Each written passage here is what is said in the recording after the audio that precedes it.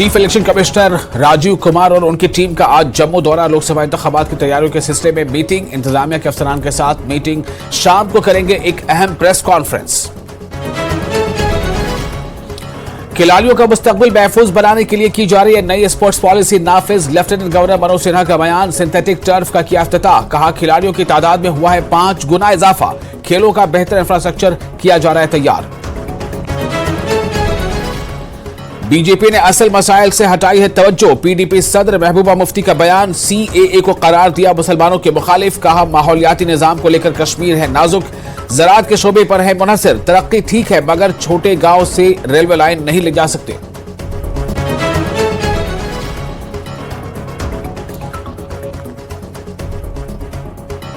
वादी में तरक्याती काम देखकर अपना तवाजुन खो बैठी है महबूबा मुफ्ती। जम्मू कश्मीर बीजेपी के तर्जुमान अल्ताफ ठाकुर का